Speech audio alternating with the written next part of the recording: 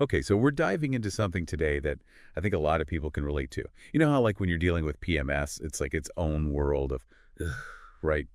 But we got some interesting feedback suggesting that PMS and vaginal health could actually be more connected than we realize. Yeah, absolutely. It's not something that's always talked about, but those hormonal shifts during PMS can really mess with your vaginal environment. And what we want to do is unpack that a bit, see how it all plays out, and more importantly, what you can do to feel more comfortable and, well, down there. Exactly.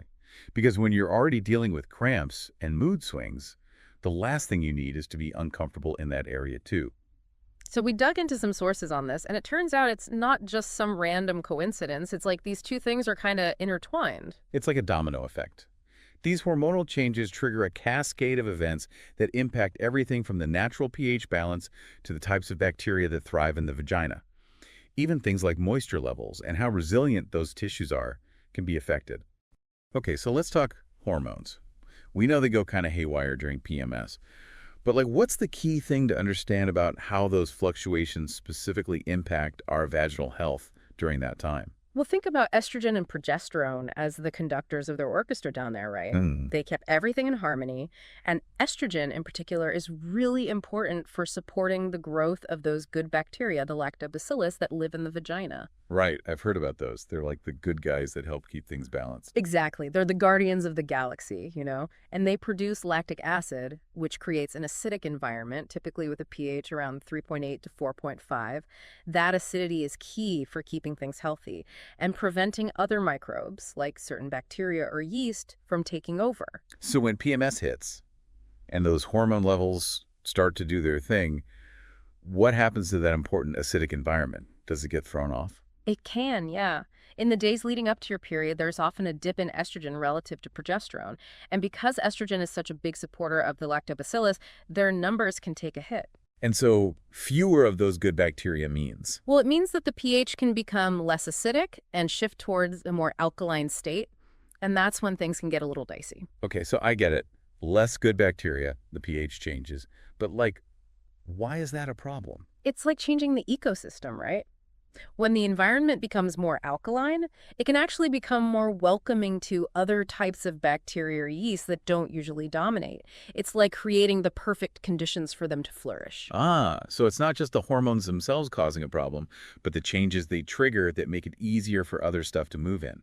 That makes a lot of sense. Yeah, and that's why some people might experience a higher risk of things like bacterial vaginosis, yeast infections, or even UTIs right around their period. Ugh. No one needs that on top of everything else. It's like a double whammy. Exactly. Now, the sources we looked at also talked about how PMS can contribute to increased sensitivity and discomfort in the vaginal area. Have you heard about that? Yeah, I think a lot of people can probably relate to feeling a bit more sensitive down there during PMS. But how do the hormones play into that? Well, remember how we were talking about estrogen being so important for the lactobacillus? Well, it turns out it's also crucial for keeping the vaginal tissues themselves healthy and happy. Okay, so it's doing double duty. Right. Estrogen helps keep those tissues well hydrated, nice and plump, and elastic. But when estrogen levels drop before your period, it can lead to some dryness, irritation, and just a general heightened sensitivity in that area. And that can obviously make things pretty uncomfortable. Yeah, it's like your body is already going through it, and then it's like, here's some extra discomfort just for fun. Right. Talk about adding insult to injury. Now, the sources also mention inflammation and the role of our immune system in all of this. It seems like that's a piece of the puzzle that people might not always think about. Yeah, I think when most people think about inflammation, they think about like a swollen ankle or something. But how does inflammation relate to vaginal health during PMS? Well, PMS can sometimes bring about mild inflammation throughout the body, and that includes the vaginal area. Plus, the stress and emotional roller coaster that can come with PMS can also affect your overall immune function. Oh, so it's like a 1-2 punch. The vaginal environment might be a bit weaker, and then the immune system is also dealing with its own stuff. Precisely. If your immune system is a little preoccupied, it might not be as effective at fighting off infections. And then there are the behavioral factors that come into play. Okay, so what do you mean by behavioral factors? How does how we act affect our vaginal health, especially during PMS? Well, think about it. When you're feeling tired, bloated, and just blah from PMS, are you as likely to stick to your healthy routines? To be honest, Probably not. Right, and I'm not saying you need to be perfect, but things like skipping workouts, making less healthy food choices, or maybe even slacking on your usual hygiene practices can all indirectly impact your vaginal health. So it's like PMS can kind of throw us off our game in ways that create a ripple effect. Exactly. It's all connected. Now, I know we've talked a lot about the downsides of PMS and vaginal health, but I want to shift gears and talk about what you can actually do to support your body during this time. Yeah, because it can feel really overwhelming when you're dealing with all of this. But there are things you can do, right? Like it's not just something you have to suffer through. Absolutely not. It's about being proactive and taking steps to feel your best, even when your hormones are doing their own thing. And it starts with the basics. What are the things that your sources suggest? Well, they really emphasize the importance of a healthy lifestyle, which I know can sound cliche.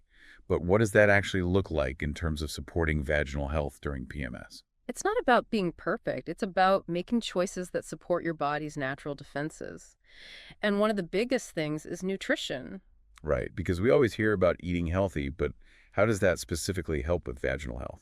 When you're eating a balanced diet that's rich in whole foods, fruits, vegetables, lean proteins, you're giving your body the nutrients it needs for hormonal balance, a strong immune system, and just overall well-being. And don't underestimate the power of water. Staying hydrated is super important for keeping your mucous membranes, including those in the vagina, healthy and lubricated. Okay, so it's not just about what we eat, but also how much we're drinking. And I'm guessing exercise is also part of the equation. It is. Exercise is like a magic pill, you Yeah. know? It gets the blood flowing, which is great for circulation in the pelvic region. Plus, it releases those feel-good endorphins, which can help with mood swings and pain. So even though it's not directly targeting the vagina, feeling better overall can definitely have a positive impact on how you experience PMS. Makes sense. And then there's stress. I feel like that's a huge factor for so many things, especially when it comes to hormones. Oh, absolutely. Stress is a major hormone disruptor. And when your hormones are out of whack, it can throw off your whole system, including your vaginal health. So finding ways to manage stress, whether it's through exercise, meditation, spending time in nature, or whatever works for you, is so important. I think that's something people often overlook. We try to fix things externally, but sometimes it's about taking care of ourselves internally as well. Exactly. And then there are more direct things you can do, like paying attention to your hygiene practices. Okay, so what does good hygiene look like when it comes to the vagina, especially during PMS? Gentleness is key. When you're cleansing the vulva, use a mild, fragrance-free soap and water. Douching is generally a no-no because it can disrupt the natural balance of bacteria. Opt for breathable cotton underwear and avoid tight clothing, which can trap moisture. And stay away from harsh chemicals or heavily scented products in that area, especially during PMS when your tissues might be more sensitive. That's great advice. Simple but effective. And what about signs of infection? How can you tell something's not right? It's really about paying attention to your body and noticing any changes that seem out of the ordinary. Things like unusual discharge, a strong odor, itching, or burning can all be signs of an infection. And if you notice anything like that, it's best to reach out to your doctor to get it checked out. Better safe than sorry. Ah, Now, there's one more thing I want to touch on, and that's probiotics. We hear a lot about them these days, but how do they actually work to support vaginal health, particularly during PMS? the idea behind vaginal probiotics is pretty straightforward. They're like reinforcements for the good bacteria that naturally live in the vagina. By introducing more of these beneficial microbes, probiotics can help restore that acidic pH balance, making it less hospitable to the not-so-good guys. So it's like giving the good guys an extra boost. Exactly. And some probiotics can also help support the local immune system and may even help reduce inflammation in the vaginal tissues. All of this can lead to greater comfort, especially during PMS when things tend to be a bit more sensitive. That makes sense. Now, in our research, we came across a specific probiotic product called Balance Complex. What can you tell us about that? From what I gather, Balance Complex is a vaginal probiotic that's been specifically formulated to address some of the common vaginal health challenges that can pop up during PMS. It's designed to restore that crucial microbial balance, reduce inflammation, and support the immune system in that area. And it seems like it's been around for a while and has a pretty good track record. It has. It's been on the market for over 10 years, and I think they've sold millions and millions of capsules. It's also got a ton of positive reviews online. That's impressive. And it's not just your average probiotic, right? It's got a pretty comprehensive formula. It does. It's got a blend of 17 different probiotic strains, including several types of lactobacillus like Acidophilus, Rhamnosus, Reuteri, and Plantarum. It's like an all-star team of good bacteria. So each strain has its own superpower, so to speak. Exactly. They each have their own specific benefits, whether it's maintaining the ideal pH level, boosting immunity, promoting a stable microbial environment, or even providing antioxidant support. Wow, that's pretty amazing. And on top of the probiotics, it's got some other interesting ingredients too, right? It does. It's also got a blend of cranberry and D-mannose, which you might recognize as ingredients that are often used to support urinary tract health. They can help prevent certain bacteria from sticking to the walls of the urinary tract and vagina, which can reduce the risk of UTIs. So it's like a 2-for-1 deal. Kind of, yeah.